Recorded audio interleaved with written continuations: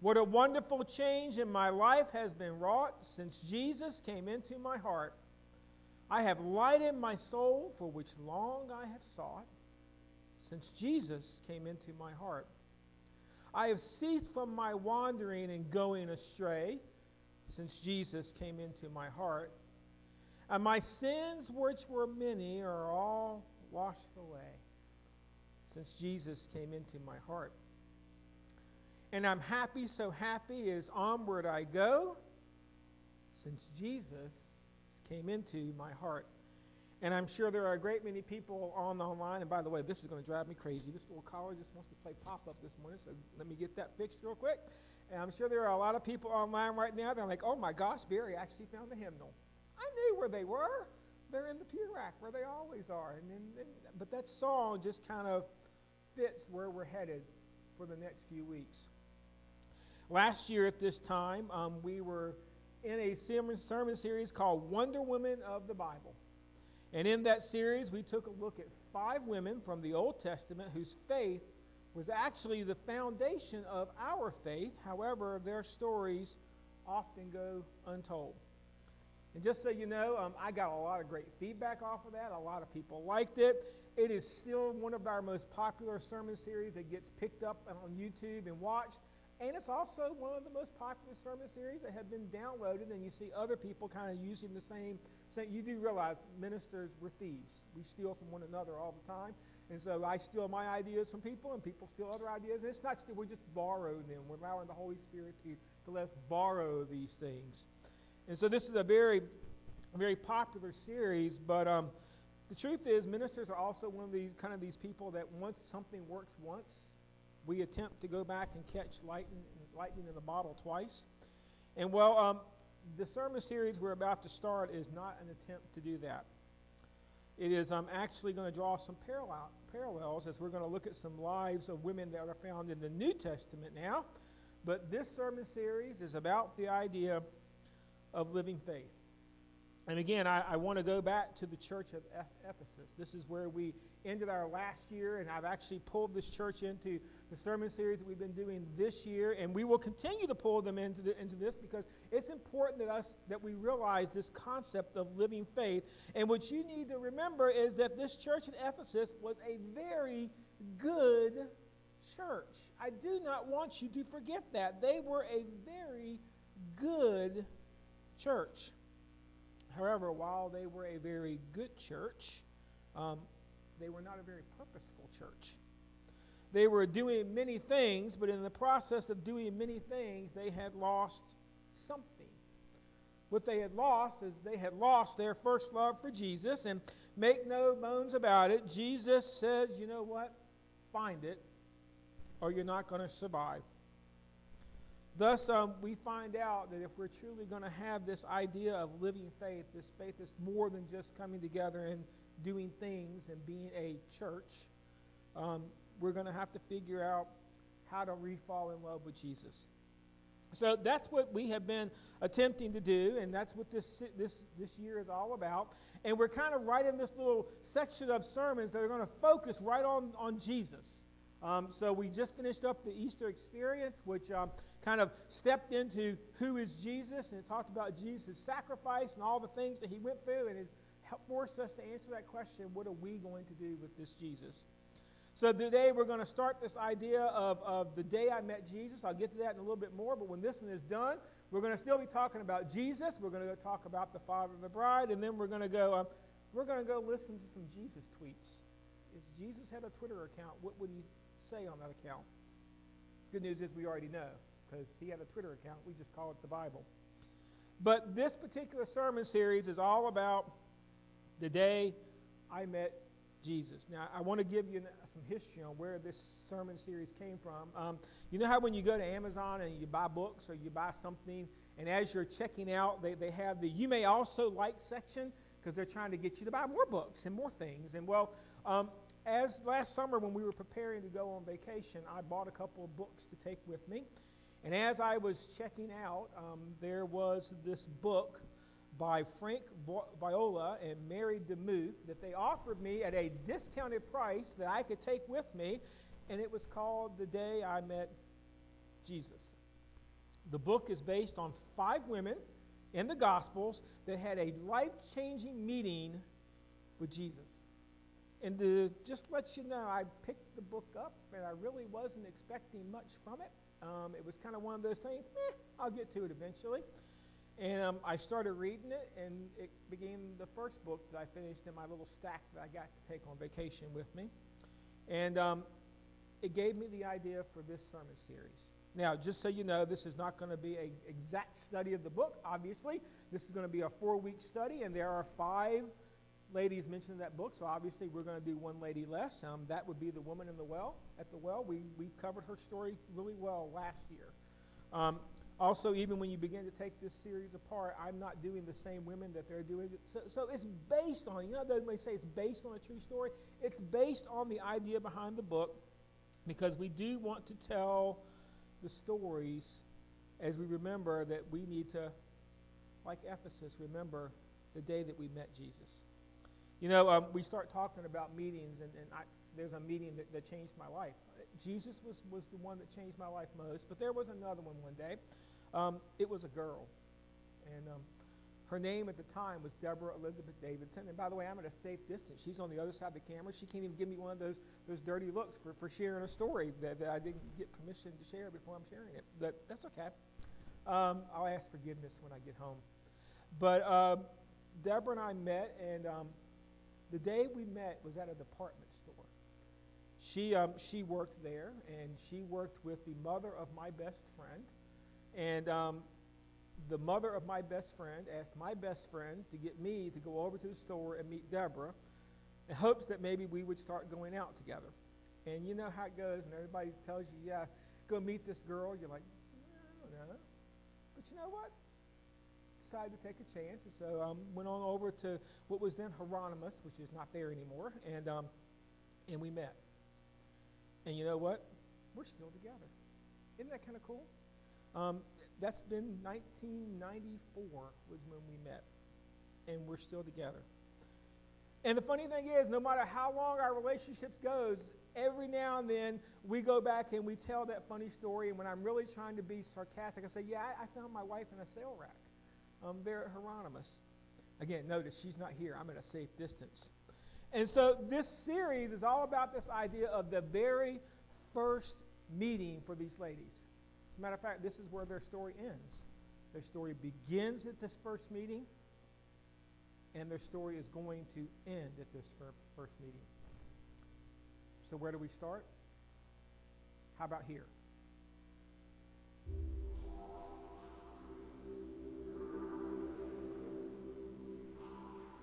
Have you ever made a mistake? I'm not talking about a small mistake, but a big one. One so terrible that you can't even look someone in the face and tell them what you did. I could see the rocks in their hands, their fists raised high in the air. I had sinned, and I got caught. And the punishment for the sin that I committed? Death. The religious leaders, or the Pharisees, brought me before the crowd. These men know everything about God's law. Or at least, they think they do. I was terrified. I couldn't even look up. I just knew any second the first rock would be thrown, and that would be it. Then I heard the Pharisees ask Jesus if I deserved to die. I had heard about Jesus. Heard that he healed the sick and made blind men see. But Jesus said nothing. I just saw him bend down and write something in the sand. But the Pharisees still kept demanding an answer. My heart was pounding in my chest. I thought, this is it. He's going to end up agreeing with them, and I am going to die. But Jesus just kept writing in the sand. But then he spoke. He said, let any of you who have never sinned throw the first stone. Did I hear that correctly? Did Jesus just defend me? Me, of all people. I thought I heard the crowd walking away, but I was too afraid to look up. Then he spoke to me. Where are are your accusers? Didn't even one of them condemn you?" "No, Lord." "Neither do I," he said. "Go and sin no more." Jesus stepped up and defended me. And when I looked into his eyes, all I could see was love. Instead of feeling ashamed, I felt loved, I felt free, and the only one who could have ever done that is Jesus. And he can do the same for you. Oh, how he loves you. No matter what you've done, Jesus' love can cover all your sin and shame. I know, because his love did it for me.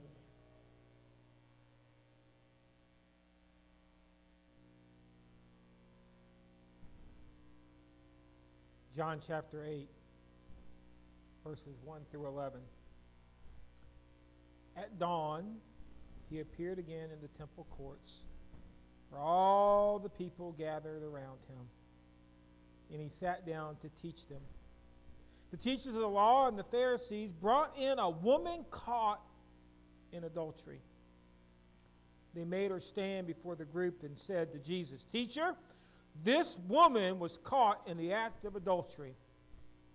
And the law of Moses commanded us to stone such a woman. Now what do you say?"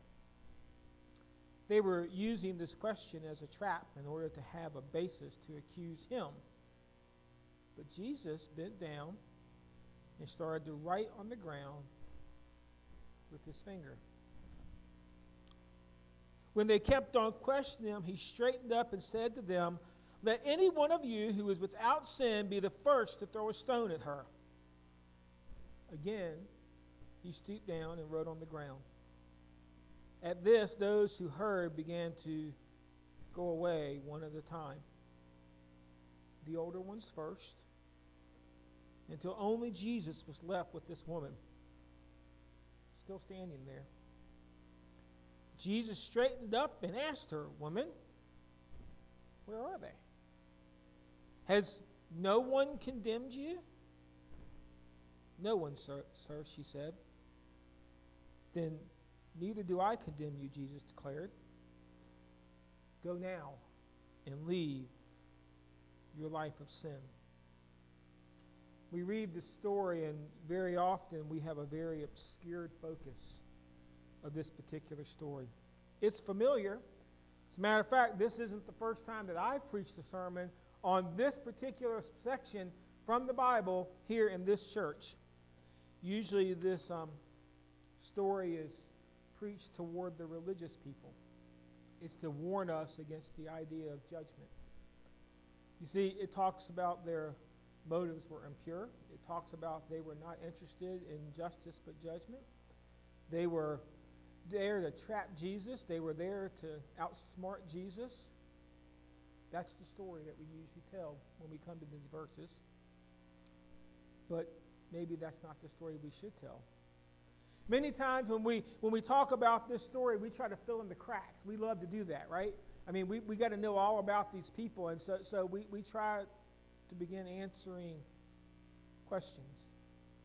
Questions like, who was she? Was she a habitual sinner, or was this a first-time thing? What about the man that was supposed to be there with her? I mean, after all, you can't be caught in adultery by yourself. That's impossible. We want to answer these questions, and in our telling, you know what begins to happen? The woman in the story begins to get lost. Just like the Pharisees, we can be guilty of making her a pawn in our own life. And folks, that's unfortunate, because this story, this day, is the day she met Jesus. It is by far the most important day of her life, and it gets lost in a religious event. It is the most significant event in her existence. And folks, we miss it because we begin to look at the big picture instead of focusing on her. Well, I'm pleased to tell you, not this time. This sermon is all about those last little parts of this particular section of Scripture, verses 9 through 11, and everybody's breathing a sigh of relief. We're not going to try to cover 11 verses in the sermon. We're going to actually just cover 2. And we're going to break them apart, and we're going to begin looking at them, because usually these verses, they're part of the conclusion in the sermon. You know, we preach all the other fun stuff and all the stuff we want to talk about, and then we kind of use these. But you know what? I don't want to do the normal. I want to take these verses, and these verses are the sermon as we begin looking at the idea of the day this woman met Jesus. And how does it start? Well, it starts with no one but her and Jesus. This is what it says. Until only Jesus was left with the woman still standing there.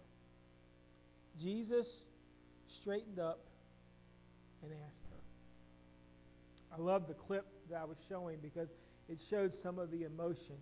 I mean, you can almost see it, right? As the people begin to go and Jesus begins to look at her. I bet her heart is racing. It's beating a little bit fast. Maybe her eyes are clenched shut and her body has become rigid. After all, she's expecting to get pelted with a stone. Maybe she begins to hear the thud of those stones, but they're not hitting her. They're hitting the ground. The crowd has grown quiet, and she can hear the shuffling of feet and the murmuring of the voices. What's happened? And then as she finally works up the courage and she opens her eyes and she begins to look, and she was expecting to be dead at this point. They're all gone. All except for this one man. And you know, the funny thing is, while this is the day she met Jesus, she probably heard of him before. Perhaps she'd even taken in a lesson or two. Maybe witnessed some miracles. He's there, and when she first sees him, he's still drawing on the ground. Funny, that's one of the things that often distracts us. What is he drawing? What is he writing? Doesn't matter. How do I know? Because the Bible doesn't tell me what he was drawing or what he was writing. What should I do is probably running through her head. Should I say thank you? I mean, after all, he just saved my life. He just agreed with me. He just sent these people away. Should I do the awkward stroll and just kind of back away nice and quiet, say, have a nice day, sir? Grateful for you, Rabbi? Maybe I should get up and run.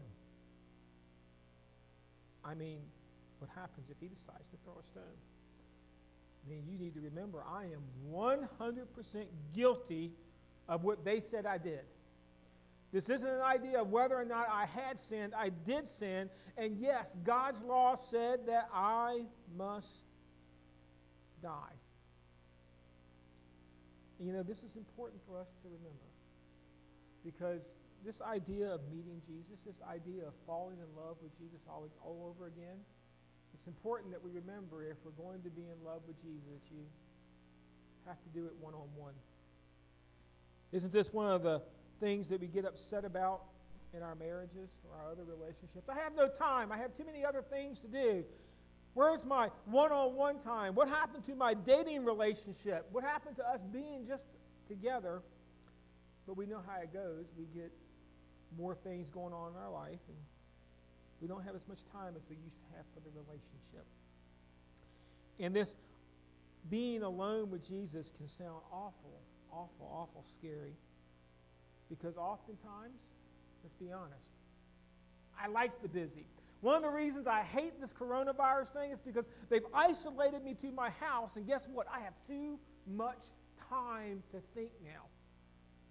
I've got time on my hands. I've never had time on my hands. I always keep my life busy. I run from one thing to the next, and I never have to sit and think.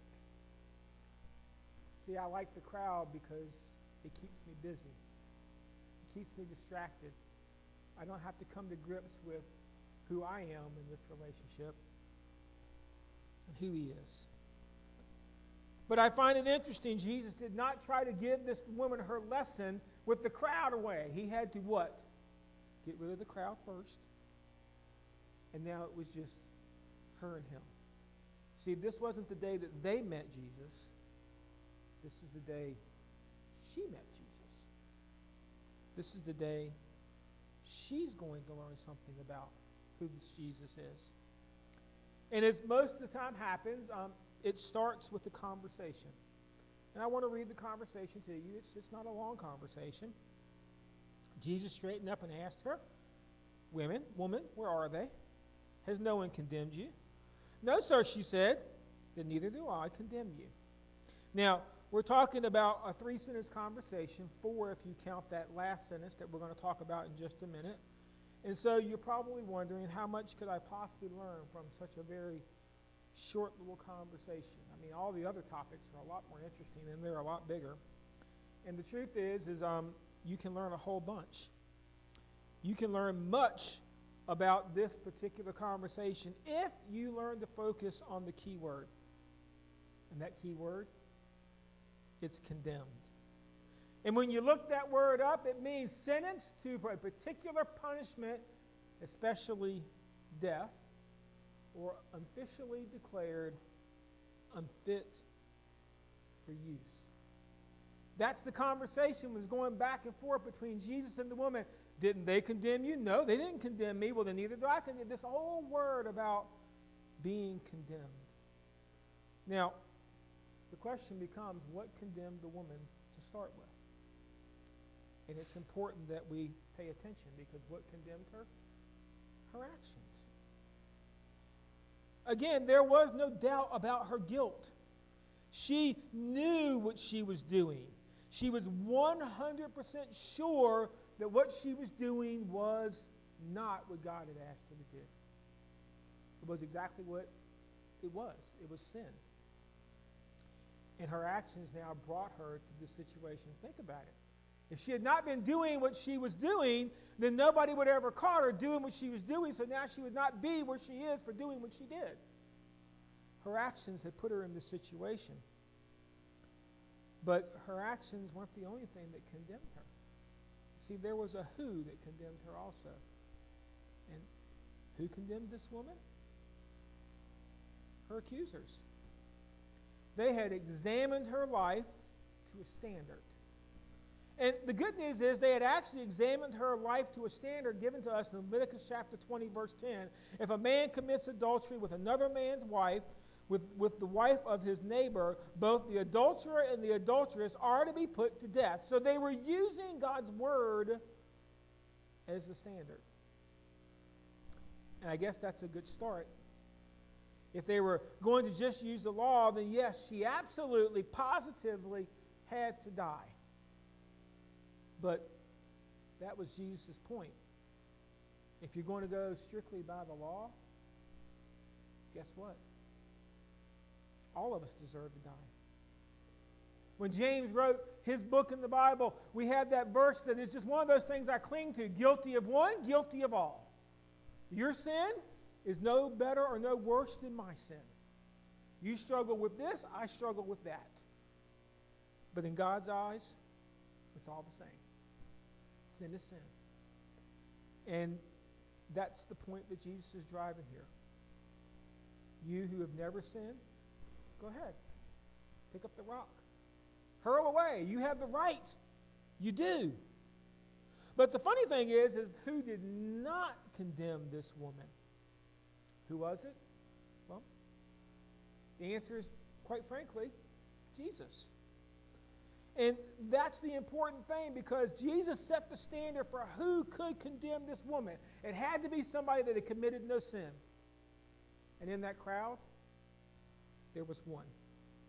There was only one person there that had the right and the authority to hurl a rock at this woman and say, you know what? You deserve to die. And that was Jesus.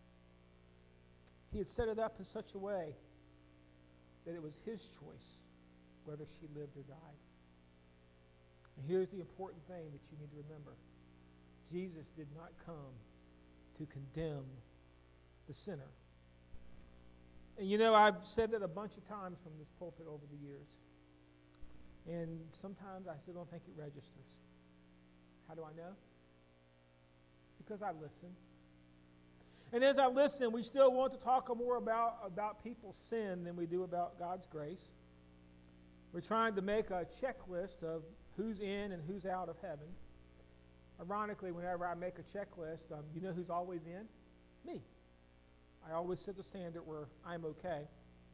We have more interest in preserving tradition for the sake of tradition instead of loving people the way God loved them. You see, I'm not making a judgment call when I say we struggle with this idea of not wanting to condemn people. It's just a fact. And if you listen, you can hear it. But what I'm hoping today is lay the groundwork where you can maybe hear something else, especially if you're a first-time guest with us. If you're new to hanging out here at Parkview Christian Church, I want you to see something this morning. Because when Jesus met this woman, he introduced her to an entirely new concept when it came to dealing with sin. And this concept is the one that is so important to us if we're going to have true living faith. And we can find it in Hebrews chapter 4, verse 16. This is what it says. Let us approach God's throne of grace with confidence so that we may receive mercy and find grace to help us in our time of need. What are the new concepts that Jesus was going to teach? Well, the first one he's going to teach is mercy. Mercy is compassion or forgiveness shown towards someone whom it is who is within one's power to punish them. What a definition. Because mercy is something that we receive. And this idea of mercy is it covers this idea of judgment with brand new words. Compassion and forgiveness. This thing called mercy, it means that I no longer look for a way to condemn you. I look for a way to bestow compassion upon you, to love you, and to forgive you. You see, Jesus was totally justified in killing this woman. She had sinned, and he had not. But mercy says, stop. I'm not going to give you what you deserve. Mercy tells us that, you know what? It's all about what you need, not what you deserve.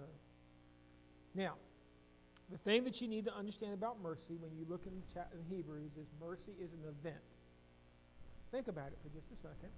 At the moment Jesus let her go, she had received her mercy. Say that again because I want you to see it really clearly. At the moment when Jesus said, go, leave, walk away, mercy had been given. She didn't need any more mercy. She didn't need it at all. But you see, mercy has this other agent that has to work with it, and the other agent is called grace. What is grace? Well, as you look through the dictionary, the word has picked up a lot of baggage over the years. If you want to take the time, and you have time on your hands, so you can go get a dictionary, you can go on Google, and you can look up the meaning of grace, and you'll actually find out that it has 6 different definitions, including one that's the name of a female name. But the dictionary amongst those 6, I actually found it funny because they have a Christian definition of grace listed in the dictionary. And here's what it is. In the Christian belief, the free and unmerited favor of God as manifest in the salvation of sinners and bestowal of blessings. Man, I love that definition. I think I might want to get it engraved on something or hang it somewhere because this is exactly what God had in mind when he said grace. Note the 3 parts that our friends that wrote the dictionary gave us. It's unmerited. I don't earn it. I don't deserve it. It's got a focus. It is supposed to save the sinner. And it's got a second focus. After we are saved, it's supposed to bestow blessings.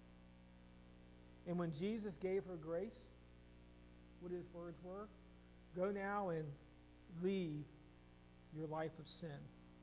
Now, this is a tricky verse to deal with because depending on the translation, you can get very different ideas. In the video I showed you and in a lot of translations, what you get is go and sin no more. And when I hear that, I kind of think that's ironic because Jesus is commanding something that's impossible. If I follow the idea that this is just about me never committing another sin, I got my mercy, and now I have to live sin-free, then you know what? The next time I sin, it's all gone. What happens the next time I'm standing in front of the rock throwers? What happens the next time that I messed up? What happens the next time that I didn't think it all the way through? And so when I think about this idea of grace and this idea of mercy is just giving me a pass on this particular sin and passing me back down my life and saying, now go try again to live perfect, then I just have to keep running back looking for more mercy. And I get to the idea of what good is that? It puts me on an endless treadmill of trying to be good enough for God. And as I try to be good enough for God, I quickly find out I can't be good enough for God. And so then I have to deal with the idea, okay, so now what do I do? And eventually I just get tired of it. I get tired of trying to walk a treadmill life and trying to live it that way. And then I come back to this idea of mercy as far as Hebrews and the way Hebrews put it out there. This is why I love that verse in Hebrews chapter 4, because mercy is not something we receive. Mercy is something we receive, but grace is something we have to discover. Isn't that what it says? Grace is something that I have to find. So mercy, God gives me. Grace, I have to go find it. And as I begin to think about that, I'm like, cool, I like scavenger hunts. I'm kind of good at them. I don't mind doing the detective work. Where do I find grace? You're never going to believe the answer. I find grace in my sinful life. I'm 51 years old. I accepted Christ when between my 11th and 12th birthday. So you can either call me 11 or 12. I don't know. You can pick. So I've been doing this for 40 years. And you know what I figured out? The longer I've attempted to live my Christian life, what I figured out is I can't live my Christian life. Why? Because I keep sinning. I still struggle with sin. As a matter of fact, I still struggle with some of the same sins that I was struggling with when I was 11 or 12 years old. You would think I would have outgrown them by now. You would think that I should be able to stop and kick the habit. And you know what happens? I get caught back on the treadmill. I'm living my Christian life, and everything is going good for a few minutes, maybe a day. Maybe I make a week if I'm having a really great week, and then I get to that point and I lose it, and I sin. And you know what happens when I do? I go back to God, pleading for more mercy. And you know what happens? His answer is always the same to you. You don't need more mercy. I've given that to you. We celebrated the crucifixion when we took the Lord's Supper. And you understand, Jesus is not going back to the cross. Jesus is not going to go back and be crucified all over again simply because I can't get it right. You see, God looks at me and says, remember, mercy is an event. There is one time that I have to show you mercy.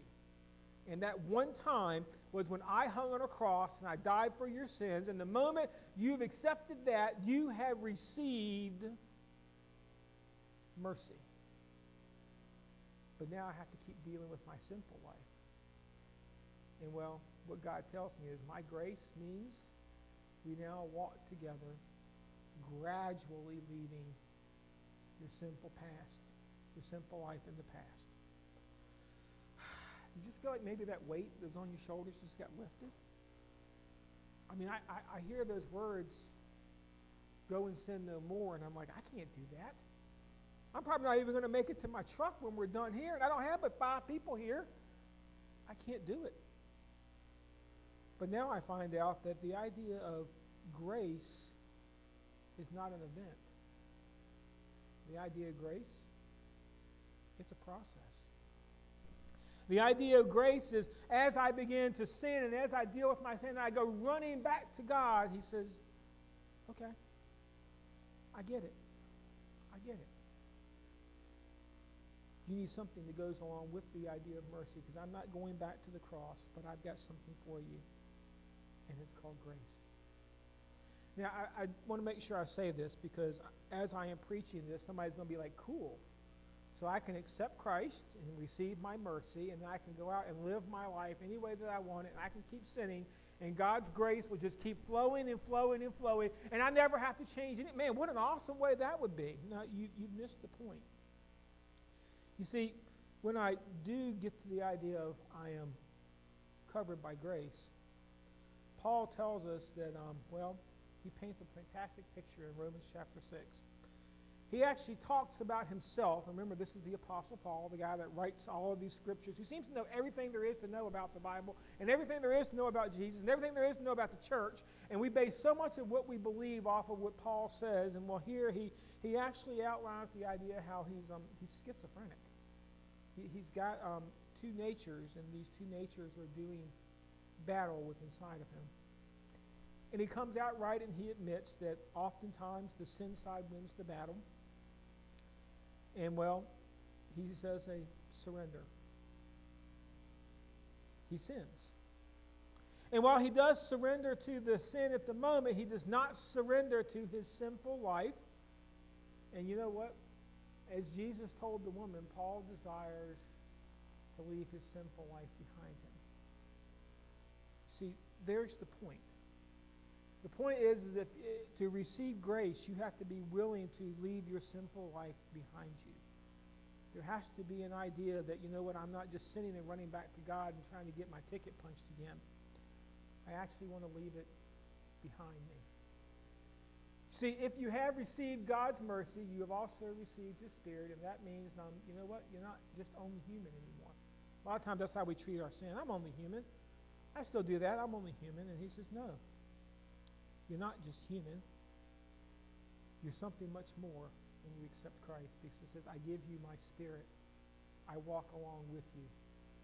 It's interesting, Jesus told the woman to go and sin no more, but the woman didn't have to go. She could have stayed right there with Jesus. She could have allowed him to be more than just a chance meeting on this one day. She could have walked in his grace and not just received his mercy. So do I live a perfect life? Absolutely, positively, no. I don't live this Christian life perfectly. And you know what? Neither will you. But every time I stumble and fall and I run back to God and He says, my grace is sufficient. Let's try again. But you do see that part of this, right? Every time I fall, I keep running back to God.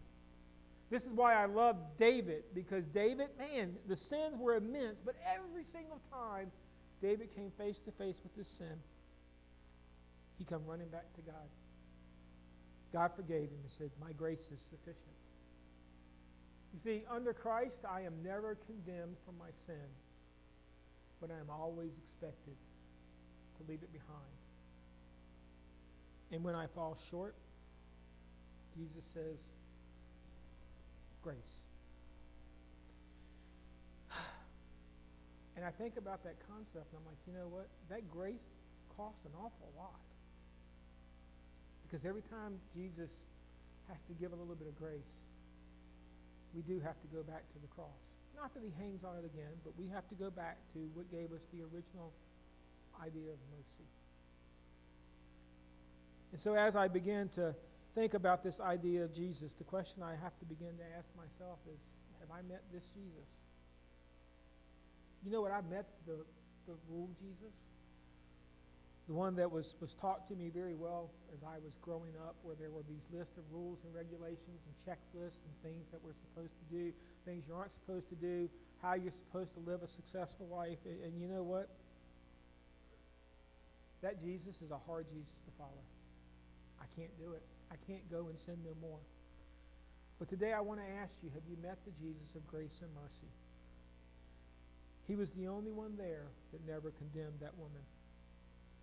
He was the only one there that allowed her to experience mercy and grace.